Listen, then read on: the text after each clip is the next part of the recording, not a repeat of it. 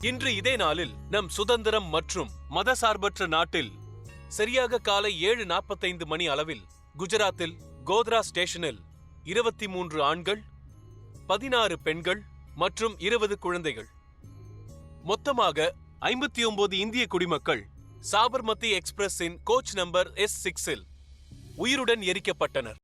ஒரு ட்ரெயின் 25 பிப்ரவரி அயோத்தியால இருந்து கிளம்பி அகமதாபாத் வரைக்கும் போகுது. ஒரு மிகப்பெரிய யாகத்தை முடிச்ச பயணிகளோட போகுது. அந்த அப்பாவிகளுக்கு இந்த விஷயம் தெரியாது.